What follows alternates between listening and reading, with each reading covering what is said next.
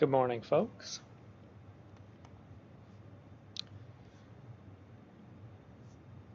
Today we're going to pick up where we left off. We had just finished Chapter 8 on tables. So today we're going to talk about forms in Chapter 9. We've got a couple examples here for you, and we'll build some forms.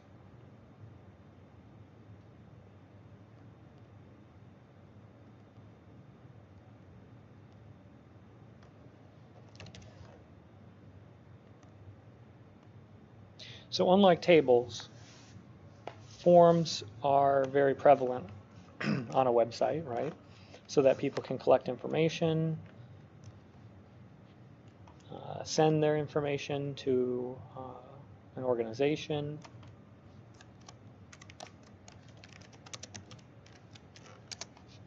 log in.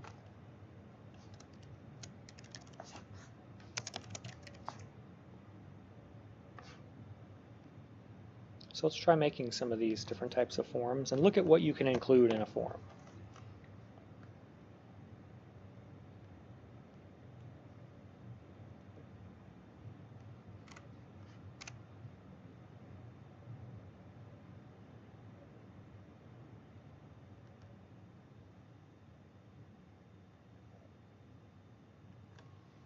All right.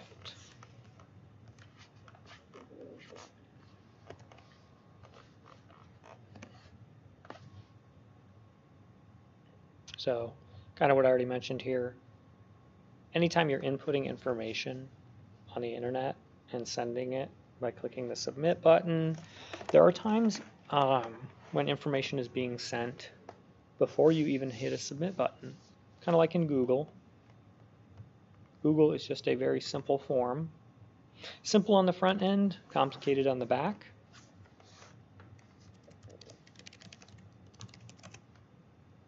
All right, so we have a form here. We type in our search. We hit the submit button here that they've labeled Google search, and it should give me information. But if I start typing,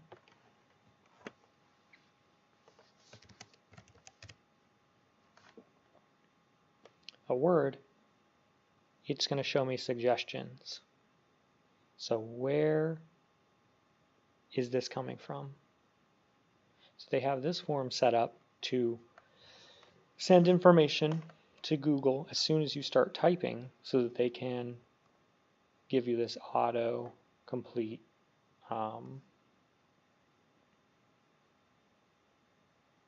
these autocomplete options.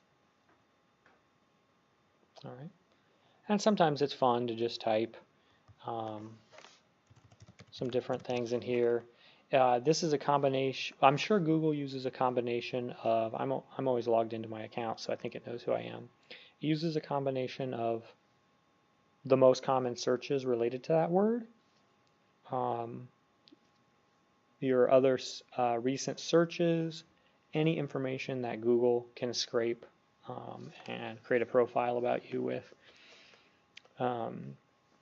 It will use to determine these autocompletes.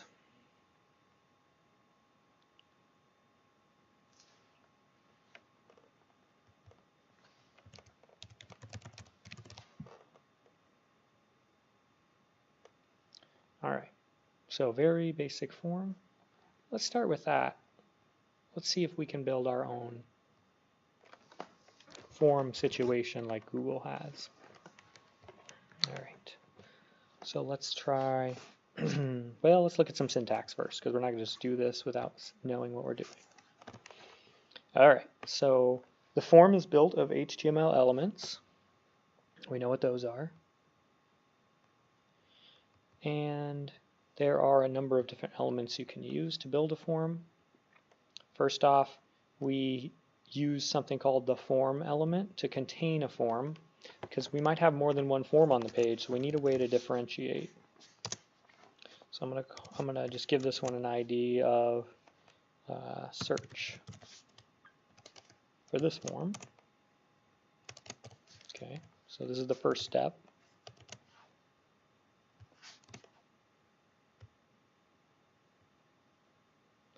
All right, And then all of our form controls are going to go inside of this form element.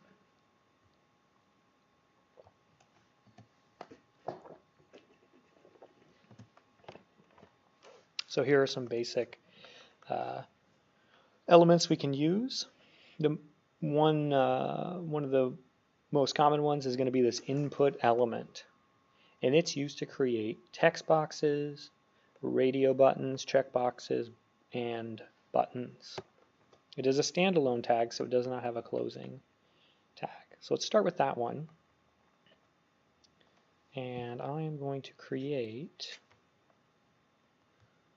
a few elements using this. So if you put input,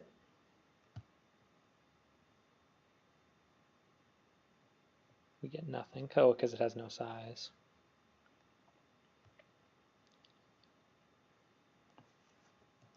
We're not going to get anything out of that, right? So you have to specify, using the type attribute, what type of input field you want. Okay, and so here it's nice on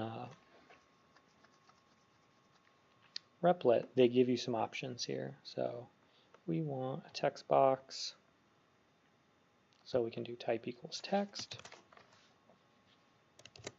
And we can see that now. Maybe.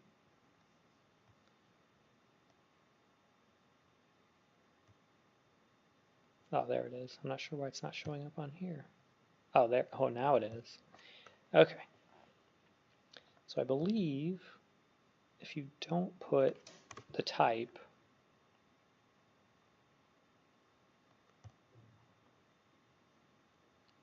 it should always default to a text box. Okay, so a text box takes in text input. But by itself, it doesn't do anything unless we're using JavaScript to make it do something, which we'll learn in the next section. So we want to specify this as a text box by putting type equals text. And you can include, so with just a text box here, how is the user going to know what to do with it? So an important thing about taking input on the web, or when you're designing input, or anything that users are interacting with, you want to make it as simple as possible, and you want to make it convenient. So if it's just a text box that doesn't really do much, let's give it a label on the page, and we can just use a paragraph tag for now. Search terms. And we can put the whole thing in a paragraph here.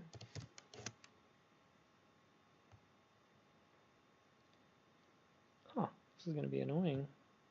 Oh, it was just too small. Or it's just not refreshing. It's interesting.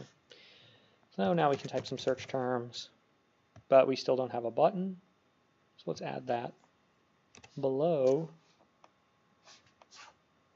And actually, let's change this to a div.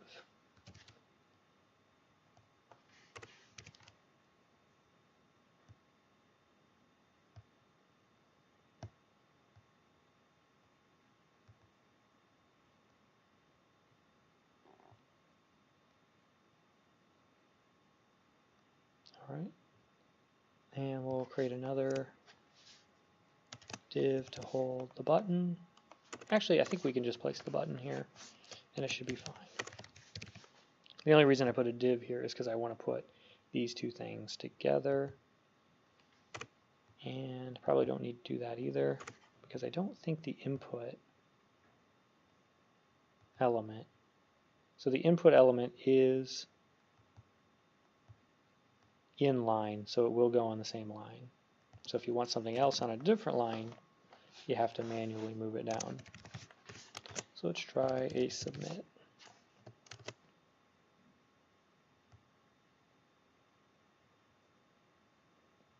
This is very odd. So now if we type something, we hit submit, it'll submit that information, which brings us back to the same page. I guess I'll just have to do it this way.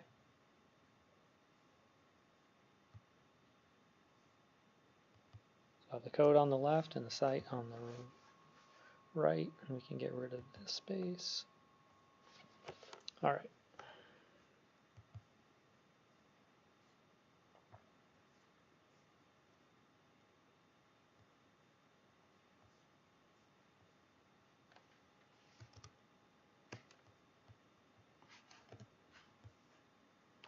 Okay.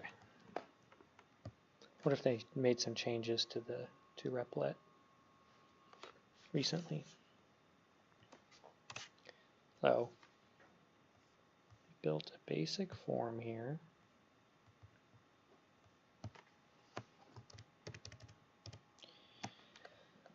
So I can put in my search terms, hit submit, and it brings me back to the page.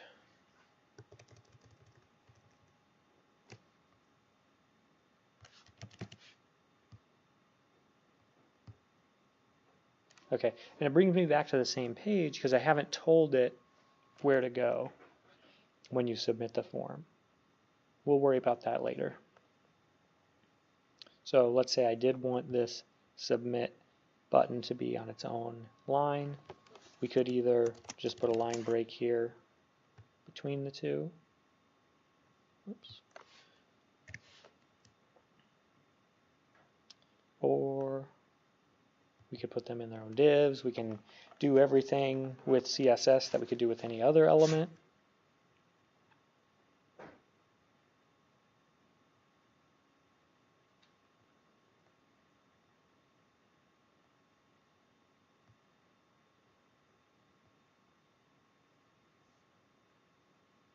We also talked about Flexbox last time, and while we're doing this, why don't I show you some more of that, because it is so useful for organizing your page layout.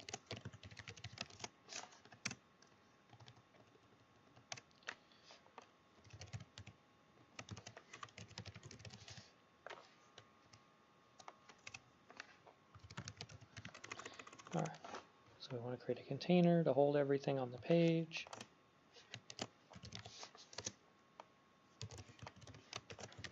So I made a class selector of flex container.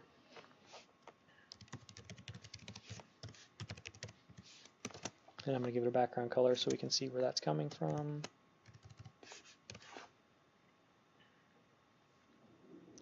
And so right inside the, I want everything to be held in this container. So inside the body, I'm going to put a div to hold everything.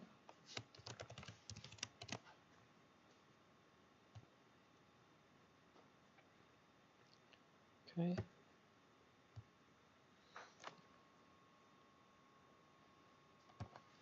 Flex container.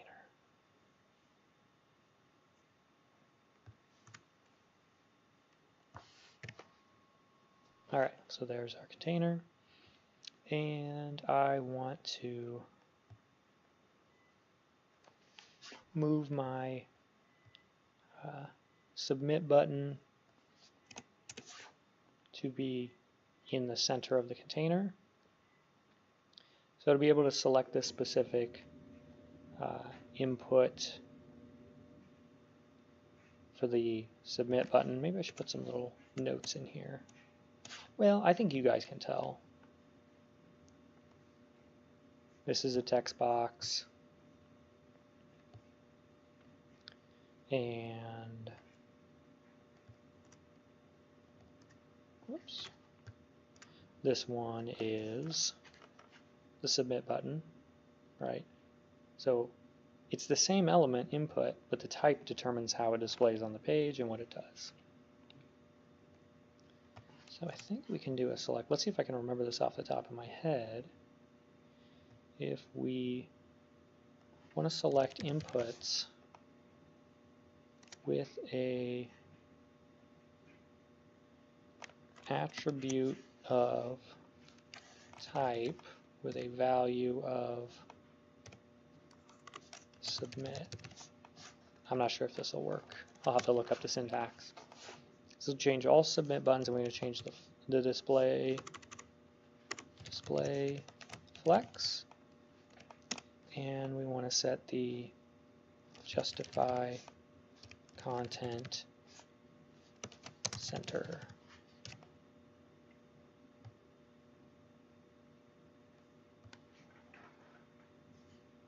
I wonder, I can't remember, do I need to set the container? Probably. Display flex. Alright, it might be the wrong selector. So let's just remember, if you can't remember something off the top of your head, because there's so much to remember, you just look it up. So we go input, or no, we go selector by attribute value. How close was I?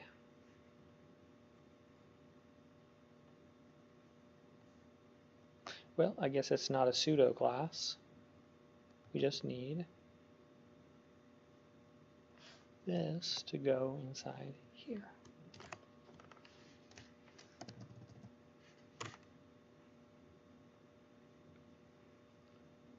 So this is saying select all input elements that have a attribute called type with a value of submit.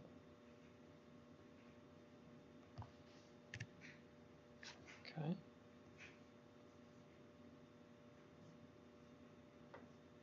And just to make sure this is doing anything, let's set the background color to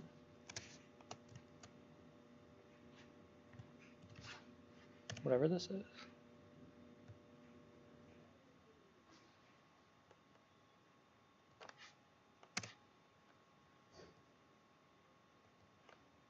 So I've done a lot here, and I've kind of lost track of what things might be causing the problem. Though it's usually CSS related. So I'm going to use the CSS validator, and we'll check if the code is correct. All right, so I wrote it right. That's good.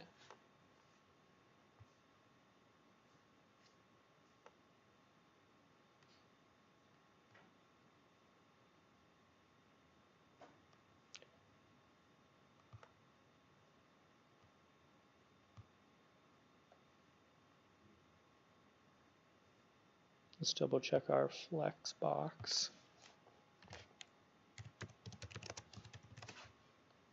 Syntax.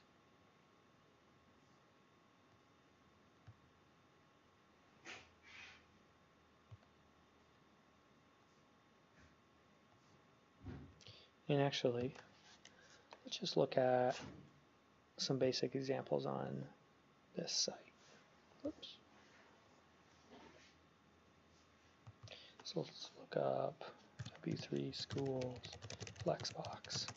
So we can start with something that works. All right, so the container needs to be set to flex.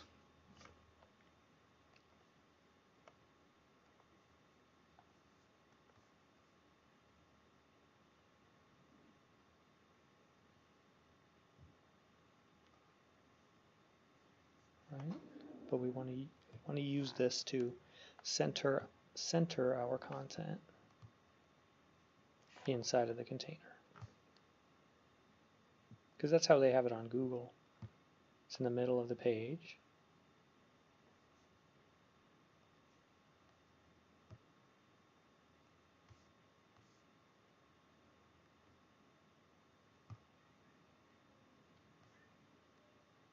So we have this display flex, justify content, center.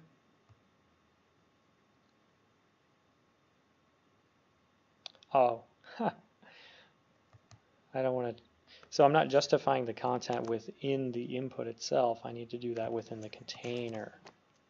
So then all the items in the container follow that rule. All right. So now we have that centered.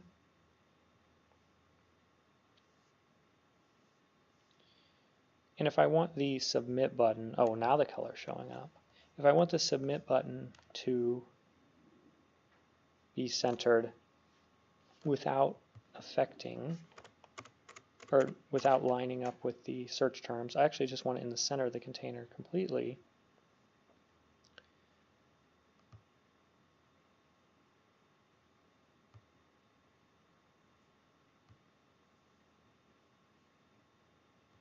Oh, I wonder if it's because of, yeah, there we go. Then we just need to put it in its own container. So we can create a separate section for each part of the page.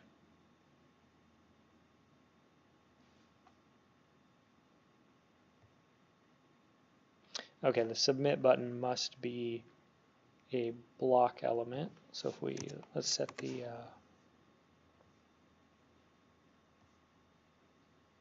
oh, there's still not enough space. Nope, okay.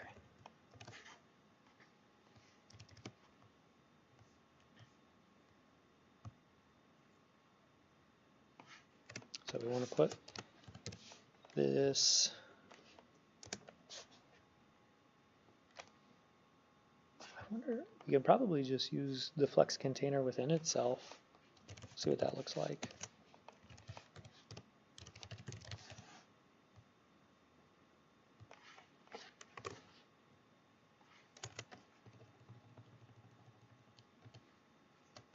Oh, and I'm going to post this. I'm going to go ahead and post this demo in the chat.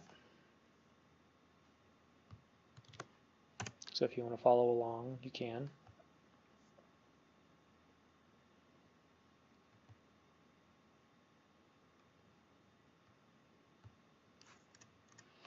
It's a good idea to finish creating your elements before doing something else, which I keep changing focus here. See if that does anything.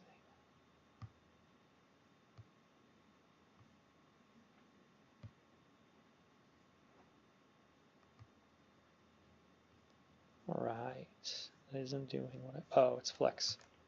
There we go. And remember the names of everything, that helps. There we go. So now we've approximated the very simple form of Google. We don't have a picture there. Of course, I'm sure you remember how to insert a image on a page. Banner.jpg. Let's see what picture we're actually going to use here.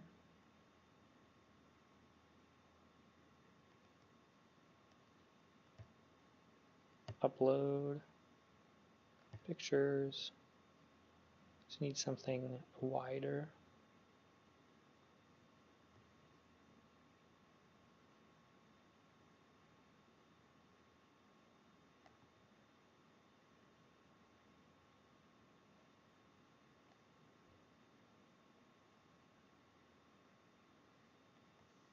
I need to get more useful pictures in here. Here, how about a picture of me?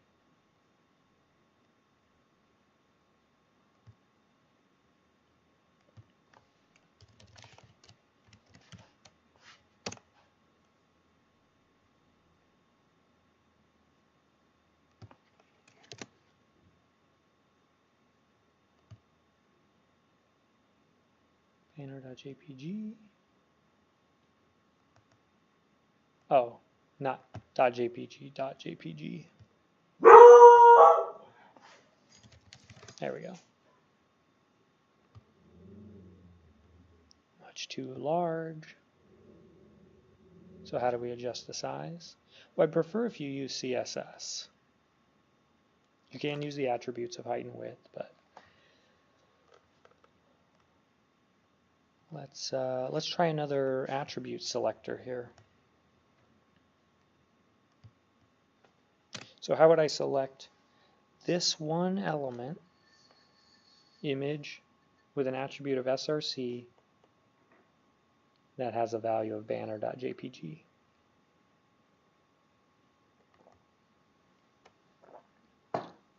We can copy the one we have here and just change the values.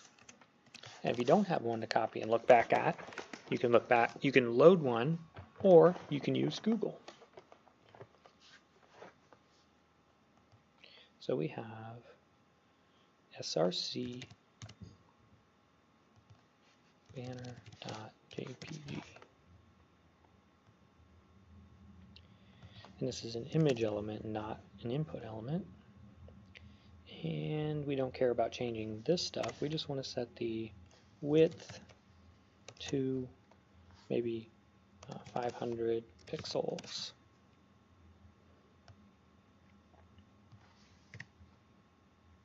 All right. And remember, images are not display block by default. So we just change the display to block. And it should go to the top. Or not. Maybe I need to zoom out here. Whoop.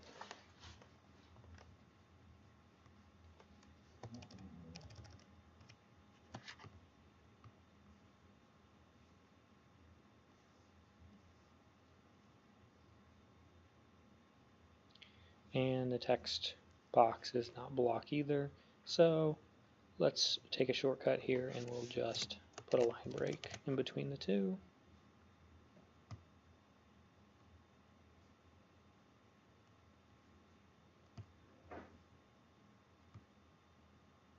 Okay, still not helping.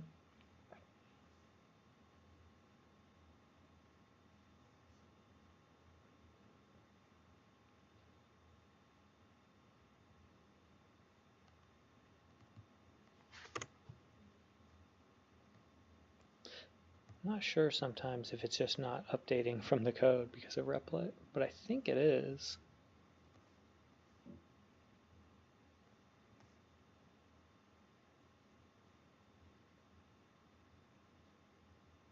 Very interesting.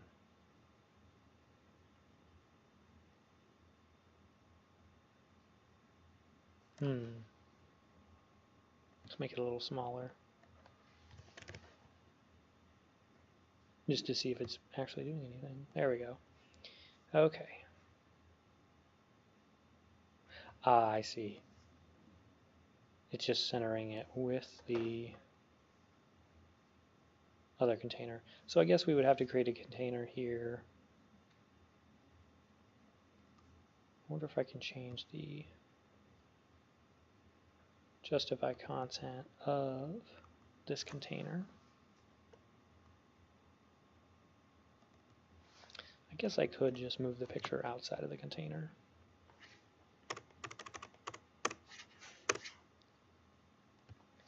Right.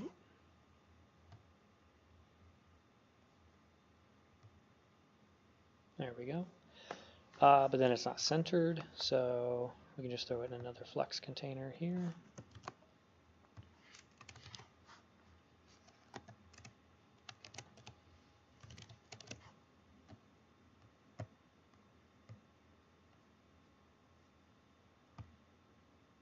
There we go. It's the same as Google's site now. I mean, you could pretty it up with some more CSS, but you know, this is the basic form we've got here. I don't have the lucky button. Oh, they must have changed this. Lucky, artistic. What if this actually changes?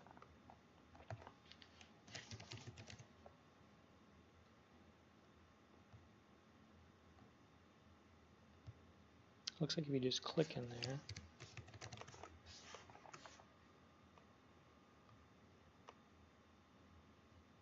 Oh, I see. So if you just click this, it's giving you access to different things. Looks like it's information about Gumby. Well, the person that created it probably. Anyway, I'm going to get distracted. So back to our site with forms.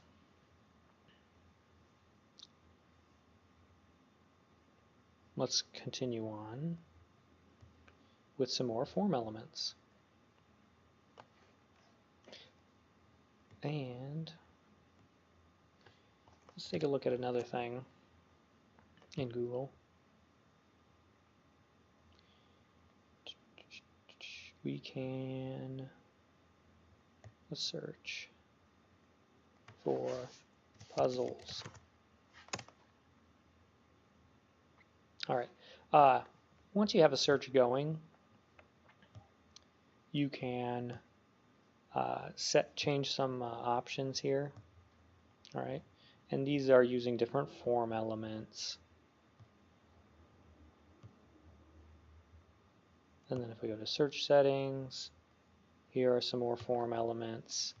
Checkbox. How many results per page?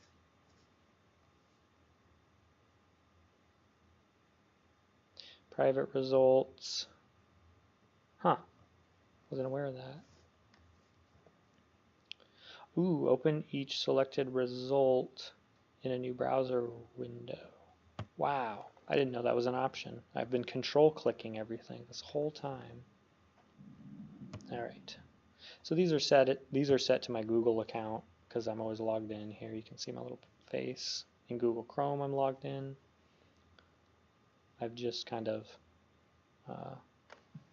integrated. I know it's scary for some people, but it'll happen to you whether or not unless you go live in a mountain with no connection to anyone. There's something somewhere. All right, so what were we doing? We were moving on to new form elements. But I wanted to show you, Google also uses other form elements. So let's take a look at these other ones. So we have text boxes, radio buttons, text areas, a select box, and inside of a select box we need to provide options. So let's take a look at these individually. So we looked at the text box with an input submit button. So input type text and input type submit.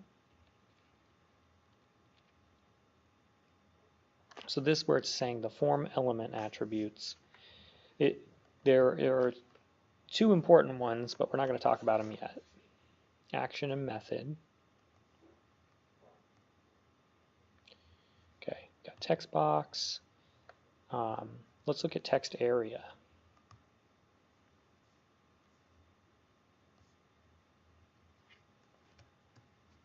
Okay. So in our form, before the submit button, let's add a little text area labeled message. Whoops, that's not what we wanted. I think we do want to put this in its own paragraph.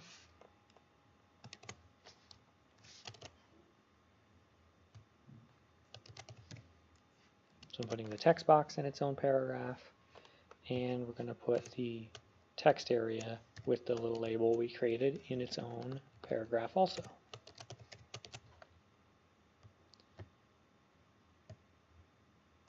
Okay, this format is not helping.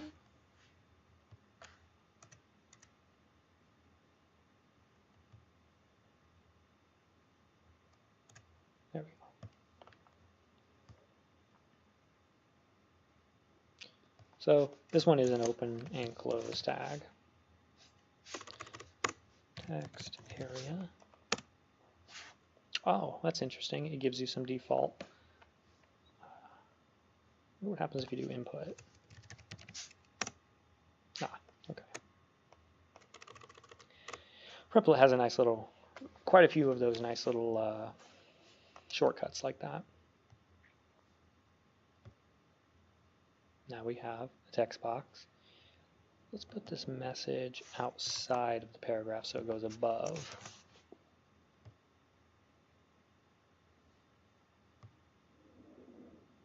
Looks like this might be working again. Let's see. Yeah, there we go. So now we've got this stuff. Text area can take in multiple lines. It is adjustable for the user, but you can lock that also if you don't want them to mess up their own view of the page using an attribute. So let's double check that. So text area attributes.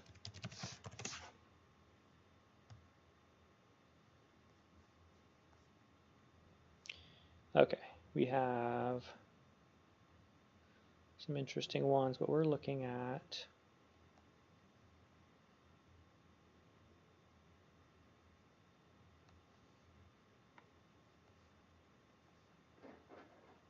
disable default resize option. You can just set the resize to none.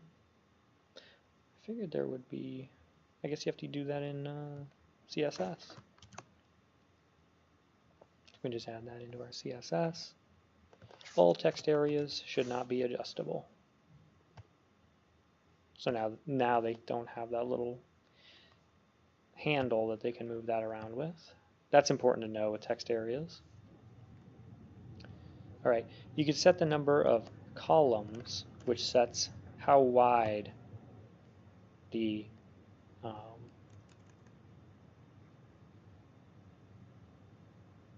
text area will be. Okay, how many rows it'll show. So let's just put 3 rows, and let's go back to 30 columns.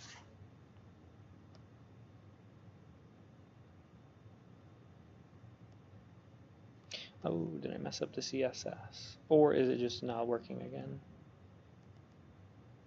Just not working again. Anyway, so now we have 3 rows, 30 characters. It does add a scroll bar. If you go further than that, let's see, you can specify some more things that are important here. I'm not sure what the limit is if you don't specify a limit, but we can look that up, or we can just look how to set our own limit.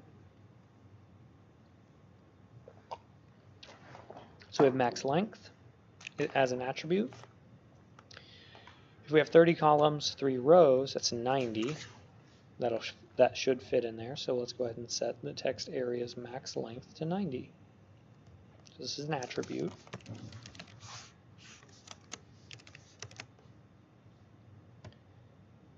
And our goal here is to prevent it from wrapping around or requiring a scroll bar.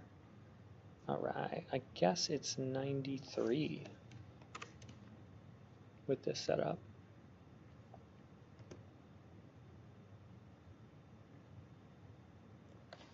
Alright, so these are customizable, obviously. Everything's customizable. With text area, here are some of the, some of the more important things.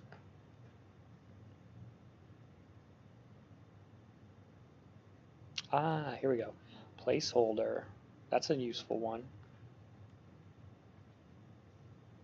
So we can set a placeholder attribute.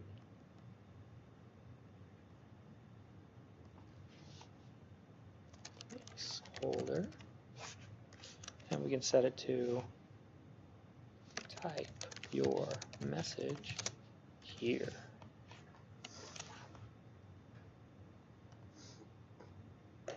And then we can see that here.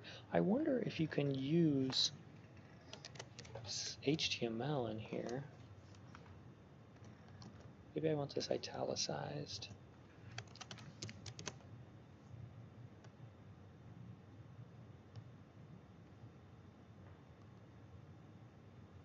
Nope.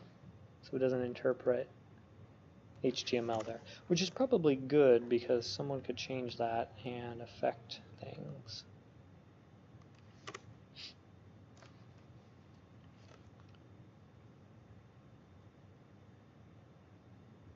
So when they click on it and start typing, the message will go away. That's a useful one. I think a read-only can also be useful. if you want someone to copy something from a page, it can be difficult for them to select the right text. So let's go here. So maybe I just want to select some information on the page. What I'll have to do is go, move my cursor before it and then drag it to get where I want to go. We can help the user out by using a text area. Just make another one right below. And we will see what that looks like first. I don't want them to be side by side. Cool. Okay. And we'll set this one. We'll put secret.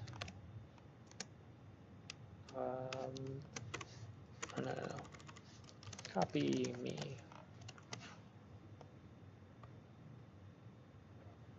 Okay. And then so we will have to put this in its own paragraph so that it looks like the other one.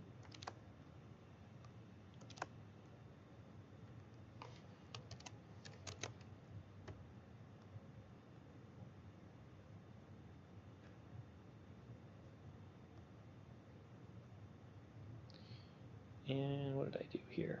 Oh, I included the message outside of the paragraph so that each piece would go around it. All right, so how do I make it read-only? Well, I can change using the read-only attribute. So this one is actually an attribute that doesn't need a value. It only has two values, true and false. If it's there, the value is true. So if I type read-only, that's going to make it read-only. If I don't put it, then it's readable and editable. So now I cannot type in here. Up here I can type, but down here I cannot type. Okay. So if you want to put text in a text area, you just put it right here. So copy me easily. All right. So the user can click in here and click, and then they can do select all. Okay. And I guess you have to use the shortcut. So anyway, the shortcut for copy all is Control-A. If you work with a lot of text on a computer, you should really learn these text shortcuts to be more efficient. So I can just click on this, hit Control-A. You could set some JavaScript so that if they click on it, it will select for you. Kind of like here in Replit, if you click Share, you'll notice this, they have a text box here with the stuff they want you to copy. They have a button that'll actually copy it to the clipboard for you, or if you click in here, it automatically selects it all. And now I'm curious if that's just an attribute. I'm sure if it's not, they're using JavaScript, so I don't want to go over that. So let's see what they have in theirs.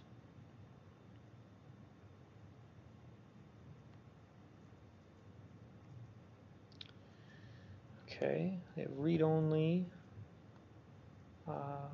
They have placeholder. Not sure why they have that. Huh, I wonder if that makes it all selectable at once. No, I already have that in here. How about if I just have placeholder by itself?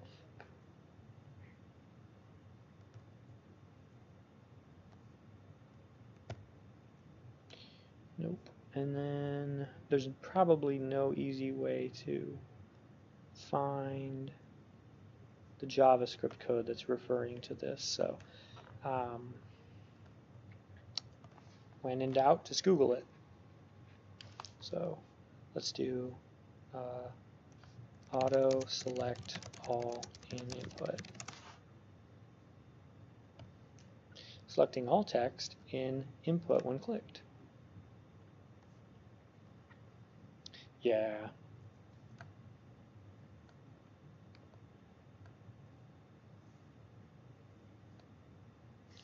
It's JavaScript.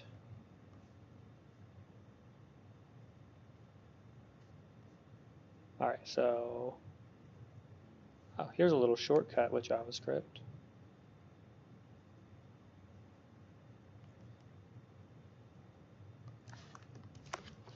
So this is something we'll look at in the next section.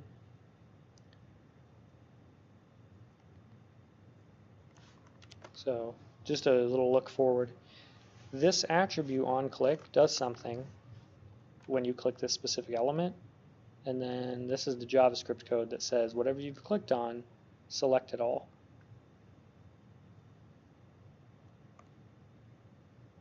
So now if we click this, it selects it all from one click. All right, so keep that in your back pocket.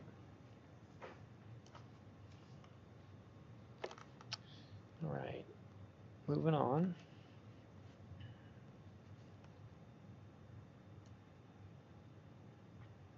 We looked at the submit button. There's also a reset button. I'll just throw that in here so you can see what that does. That resets all fields on the form to the default, or it might just clear them all. So I'll just add another button down here, and the type is reset.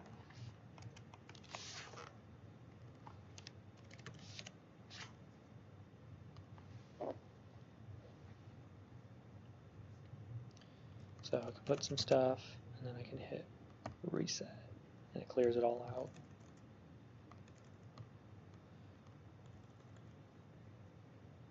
Reset. A reset button might be good if your form is like choosing filters on a search or whatever you're doing. So if we look back at the Google example, or actually we'll take a look at another site that I know has a lot of search tools.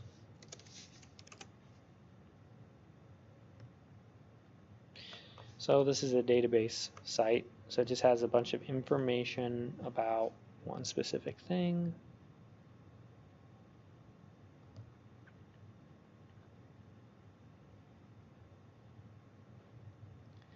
So I've pulled some information, here's the results, all of these different items, and I can do a filter, right? And I can filter by a lot of different information. So I'll just put some stuff in here.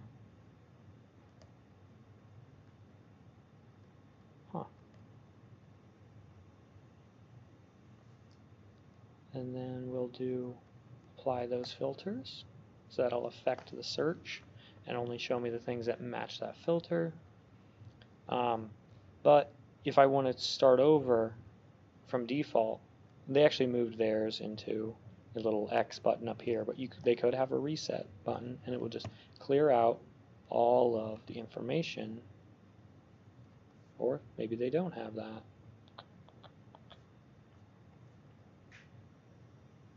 Oh, maybe it's this one. I swear they had that. I could have swore they had it. Alright, well, I guess that was a bad example, but you can see how that would benefit. So let's go back to Google here. So if we go to Tools, maybe I want to look at results that are only within the past week, and I want to look at all results with these words or matching this verbatim. Okay, and then now I've set these up. Let's say I want to go back. I want the default again. I can hit clear, and then that sets all of those filters back. So that might be one reason you use that. Imagine how evil it would be if you did this.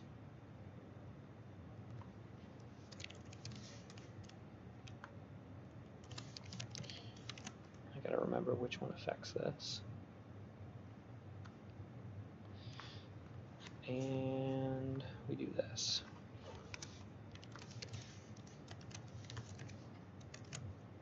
So you can change the labels on the buttons by setting a value attribute. So now our submit button is labeled as reset, and our reset button is labeled as submit. Can you imagine if someone filled out an entire form and then they hit the reset button on accident? They're going to be very angry, and so you want to avoid aggravating the users of your site. I mean, that's common sense, but okay. So there's the reset button. There's also an input of password. That's how we get the asterisks that hide the value that's being entered. So I wonder now, let's go back to our page here. Where is it? Here it is. Okay.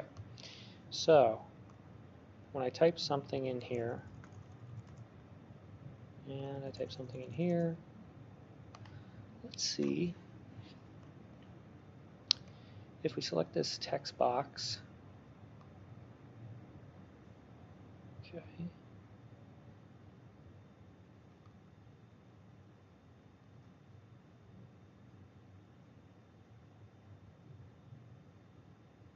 No, okay, never mind. Let's add another text box here for password.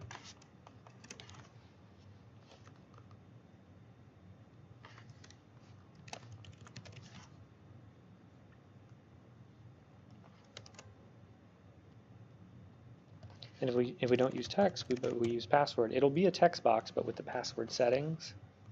So when we try to type something in there,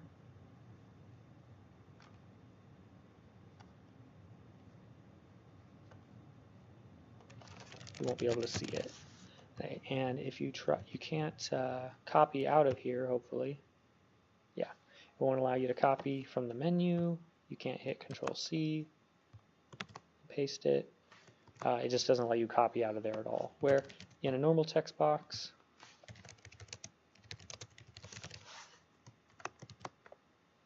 you can copy out of it. Okay, so a little bit of difference there. You can use the password field for passwords. You can use it for other things too. All right, let's talk about checkboxes. So a checkbox is one way you can ask true-false questions, but you are giving the person the option to select none, one, or many. So I can, kind of create any amount of questions, yes or no questions that the user can. And I'm just going to grab code here that they can choose from. I'm going to grab some code here to save time. So W3 schools, or no, I can just do this shortcut, HTML checkbox. Okay, so we can use one of their examples here. They have this thing.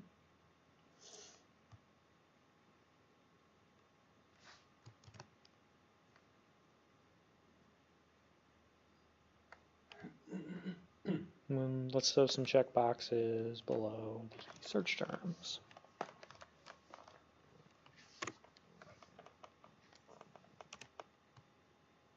And we'll put it in some paragraph after the password, I guess.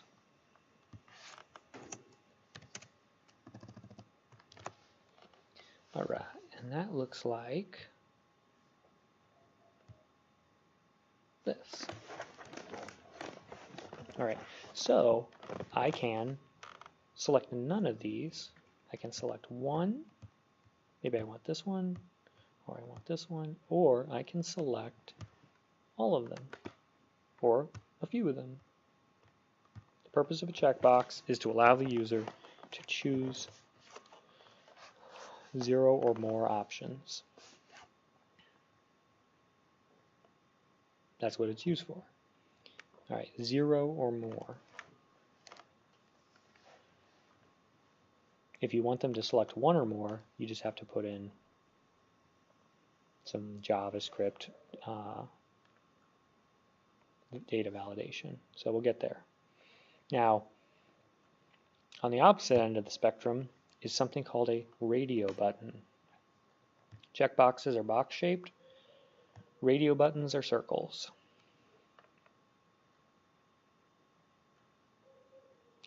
These are for forcing the user to select one option from a set of options.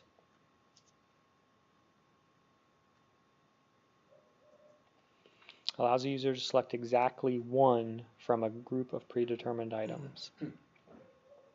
So let's go grab some code again about that. I'm sure it's right after this. Let's find that. Should be under input.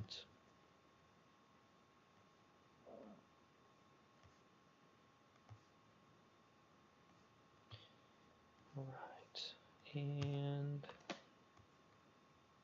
what's next? Nope, we don't want that. Let's just search for radio.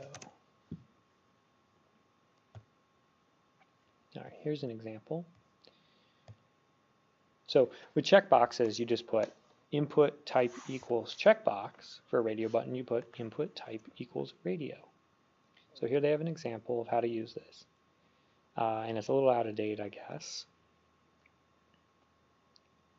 So you can only select one option. And you'll notice it deselects the other options. Okay, and then down here we have another one with 3 options.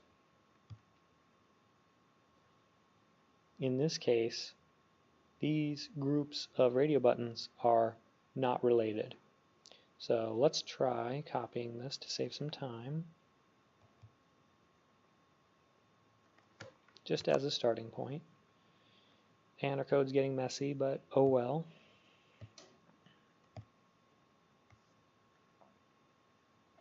Let's put these radio buttons before the submit button.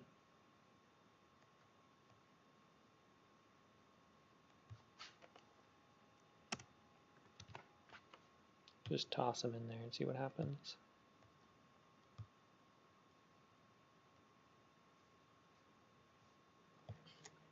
I need to get rid of some of these tabs so I don't confuse myself.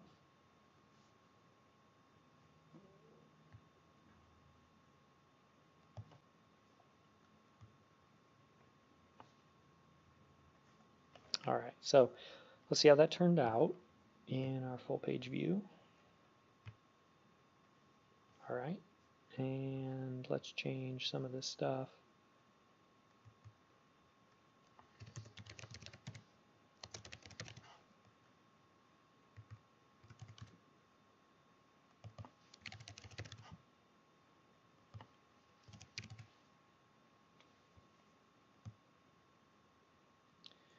All right.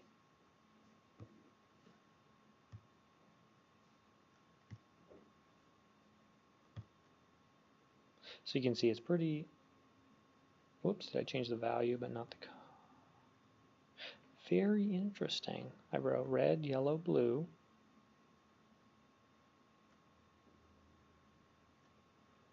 And it showed up as red, female, other. There it goes. Yeah, I think that's indicative that Replit is going slow. It's not saving as quickly as I type. It's amazing that it works at all, but it's a little harder to work with when it does that. All right, and then I don't need this extra submit button. I forgot to take that off. So checkboxes are pretty simple. Let's take a look here at the checkboxes again. You'll notice that the checkboxes have different names, name attributes. So the name here is Vehicle 1, Vehicle 2, and Vehicle 3. But down in the radio buttons, the name is the same.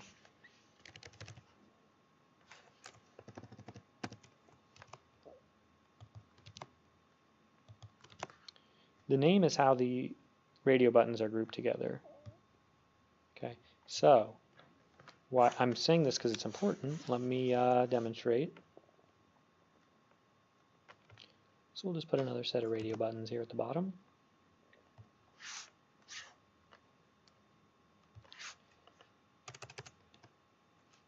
And we'll do these manually.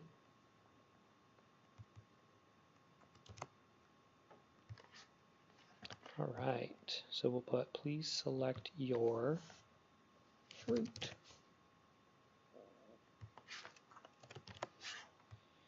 Alright, so I'm just not going to use a name on these, and we'll see what happens.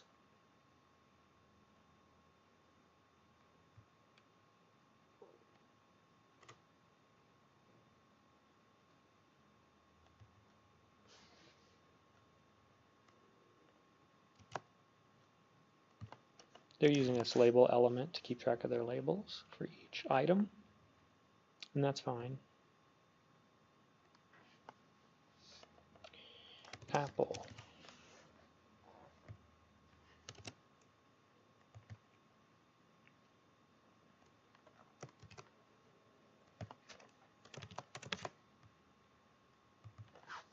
Orange. Banana. Okay, so now we have please select your fruit, apple, orange, banana. So I can select one of each of these, right? Apple, orange, banana. What's different here? It let me select all three because it didn't specify that it was a group of radio buttons. So it thinks that these are three separate groups of radio buttons, even though there's only one. And we just have to specify a name for the group. And so inside of the actual button itself, we just have to give it a name. I'll give it the name of fruit. And then I just need to put that in every radio button. And now I'll only be able to select one. Okay, so now that you understand how checkboxes and radio buttons work, I'd like to show you an example where they're misused.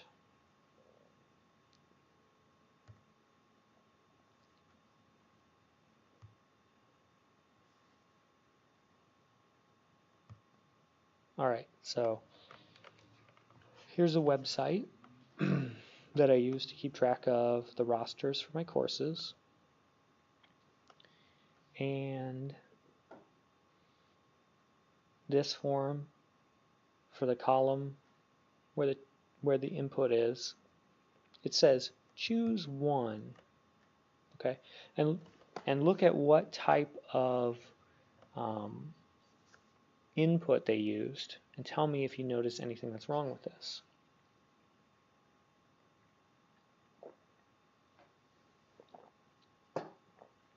I can choose one and it does work, but I can also choose multiple.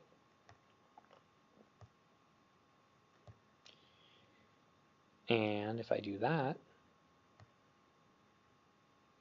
it crashes. Can you think of a way to fix this to prevent the user from needing to keep track of what they're asking you to input? I've used this quite a bit, so I'm used to it by now, but it was very confusing in the beginning, and I know anyone else that has to use it is going to encounter the same thing.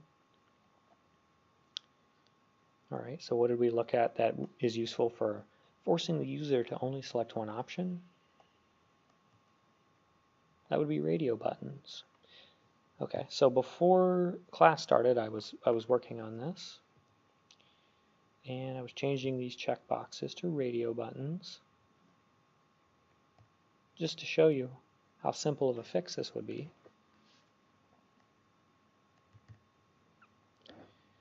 So to change it from a checkbox to a radio button, I have to change the type to radio, and to put it as part of the same group, I just have to give it a group name. Alright, so I'll give it the name of option, and I want it to have the type of radio, so I'll just grab those. Radio, Oh, I don't know where the name went. Let's put it back in there. Okay, so type is radio, and we'll set name equal to option. Well, this is actually for rosters, so why don't I put roster as the group? Alright, and I can copy that, save it, whoops, save that in there, and then we could just go down through each one at a time and change them. I'm only going to do a few here because it's going to get repetitive.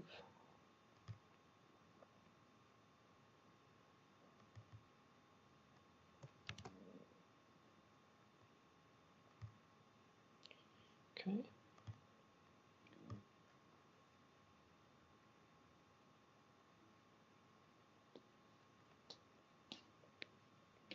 Oh, they already have names.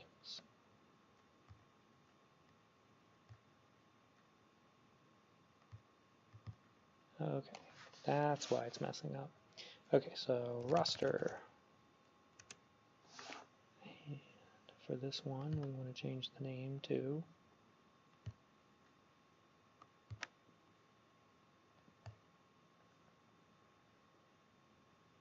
it looks like they're using the name as a way to reference which roster is created on this page. So when someone selects one,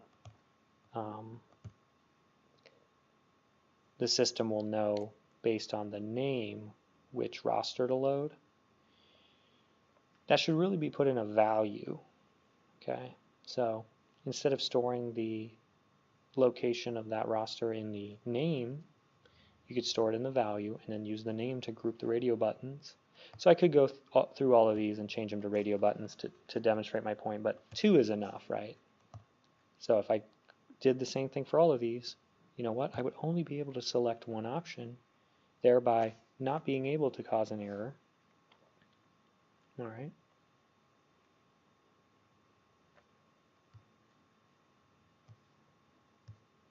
So that's just poor user interface design. Remember from chapter 5, when you're designing something for other people to use, you have to consider your audience.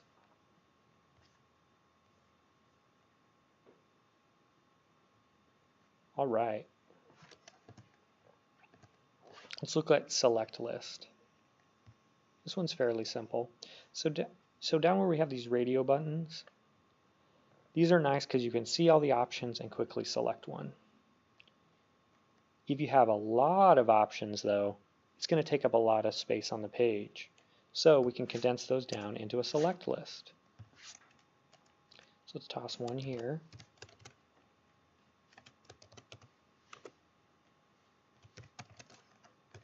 And we'll just call it running out of things to select. Let's do game. And so a select list contains multiple elements. I'm going to use the shortcut here so I can just hit select. Now I have a select list. Okay, but there's nothing in it. So here's my drop down. It has no value, so I can't select anything. So I need to add option elements in.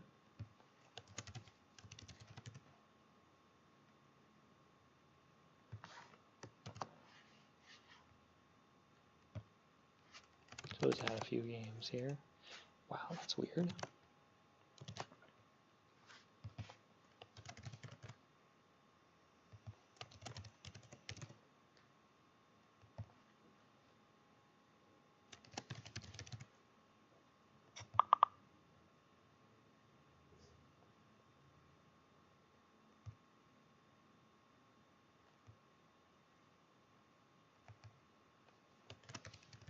All right.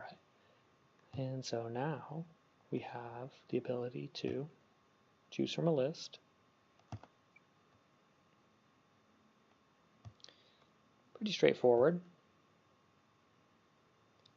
select your favorite browser. Looks like no one proofread this. All right.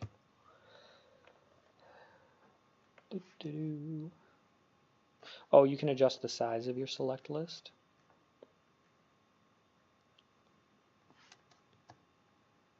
Size and multiple. So you can also set it up like a checkbox.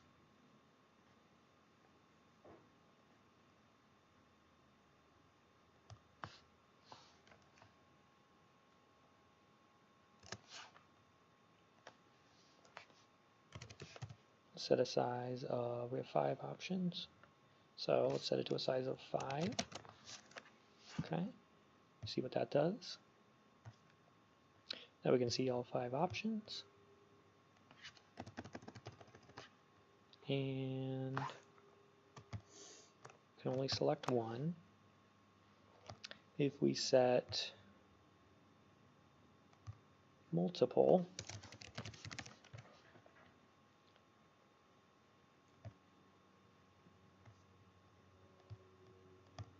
when we click, it'll select one, but we can control click to select multiple.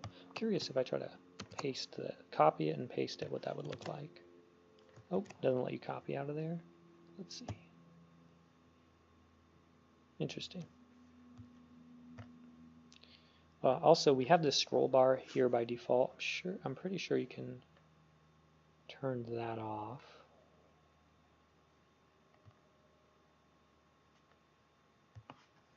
If you're making it the size of your number of items anyway, you don't need a scroll bar. So if you don't remember this, if you don't know the syntax or you don't remember it, we can just look up select list scroll bar.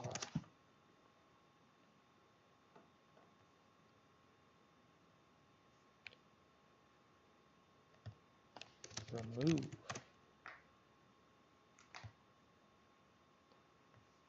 Okay. We use overflow hidden property. Okay, so let's give this select element an ID of game, and we can go up into the CSS and create a rule for that ID. Remember, IDs are the # or hashtag game, and then we can set overflow to hidden, and now we don't have that scroll bar. Looks like you can also drag. Okay.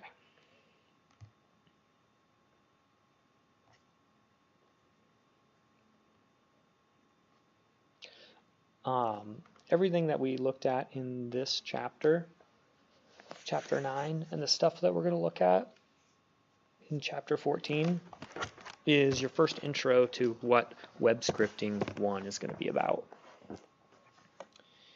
If you are in Logic or have taken the Logic course, you'll be ready to use JavaScript for Web Scripting 1. If you've taken this course, you'll be ready to use the form elements and all kinds of elements when you're building an interactive site.